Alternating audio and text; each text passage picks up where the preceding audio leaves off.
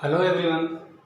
संस्कृत की क्लास में मैं डॉक्टर अमित शर्मा आपका स्वागत करता हूं। आज का जो हमारा टॉपिक है वह है अव्यय प्रकरण के अंतर्गत रीति सूचक अव्यय। अव्यय को हमने 3 भागों में विभाजित किया: स्थान सूचक, समय सूचक और रीति सूचक। रीति सूचक अव्यय वे अव्यय कहलाते हैं जिनसे हमें किसी स्थिति विशेष का बोध होता हो। तो रीति सूचक अव्यय कौन कौन से हैं उनके बारे में देखते हैं। पहला अव्यय है अपि। अपि का मतलब होता है भी। मैं भी जाऊंगा, मैं भी खेलूंगा, मैं भी पढ़ूंगा। उदाहरण देखो, अहम अपि पठामि, मैं भी पढ़ूंगा। स्थिति विशेष का बोध हो गया कि आप तो पढ़ेंगे पढ़ेंगे, आपके साथ मैं भी पढ़ूंगा। दूसरा अव्यय है इव।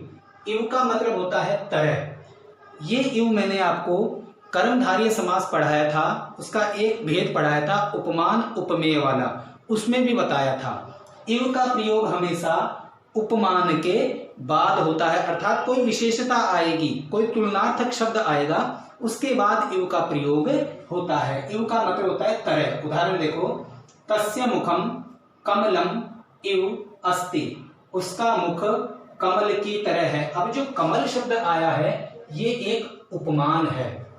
कमल, मुख की तुलना किससे कर रहे हैं? कमल से कर रहे हैं, तो तुलनार्थक शब्द आ गया और ये एक उपमान है। उपमान के जस्ट बाद इव का प्रयोग हो जाता है। इव का मतलब होता है तरह और ये हमेशा उपमान के बाद ही आता है।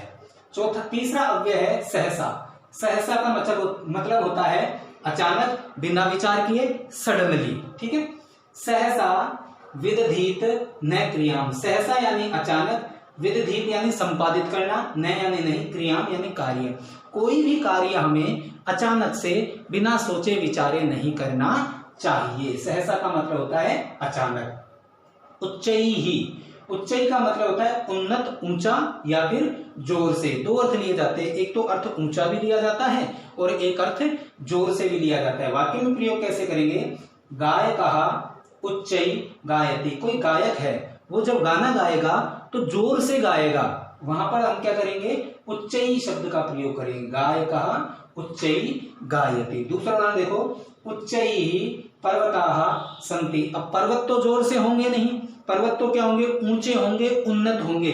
तो यहाँ पर उच्चै जो शब्द आया है इसका अर्थ उन्नत होगा और यहाँ पर जो उच्चै शब्द आया है इसका मतलब जोर से होगा, लाउडली।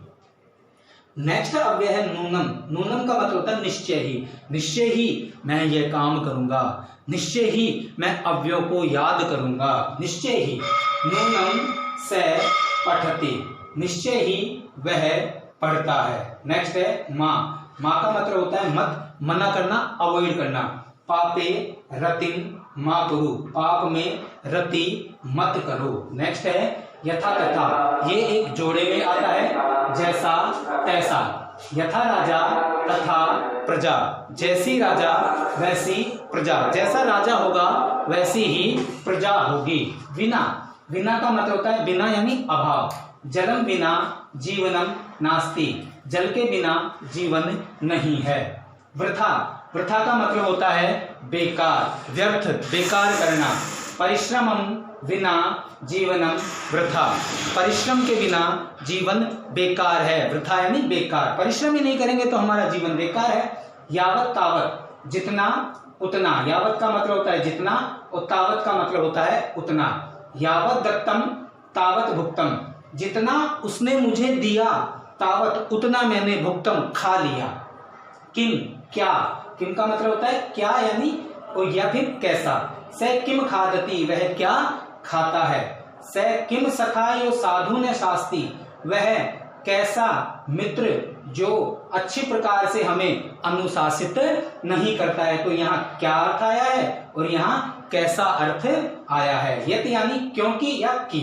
से वदति। वह कहता है यत की श्वः वर्षा भविष्यति। कल बारिश होगी। यत यानी की यानी या फिर क्योंकि। इति।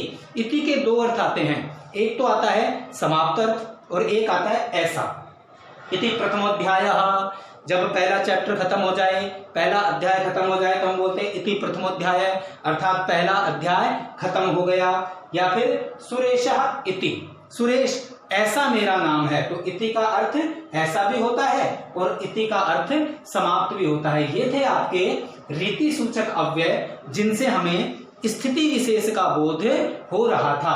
आपको इन अव्ययों को अच्छी प्रकार से याद करना है और आरबीएससी 10th बोर्ड के अंदर ये अव्यय पेपर में आते हैं और 4 नंबर के आते हैं, बहुत ही इजी हैं। आपको अगर इनका हिंदी अर्थ याद है तो आप फुल में से फुल मार्क्स अचीव कर सकते हैं, प्राप्त कर सकते हैं।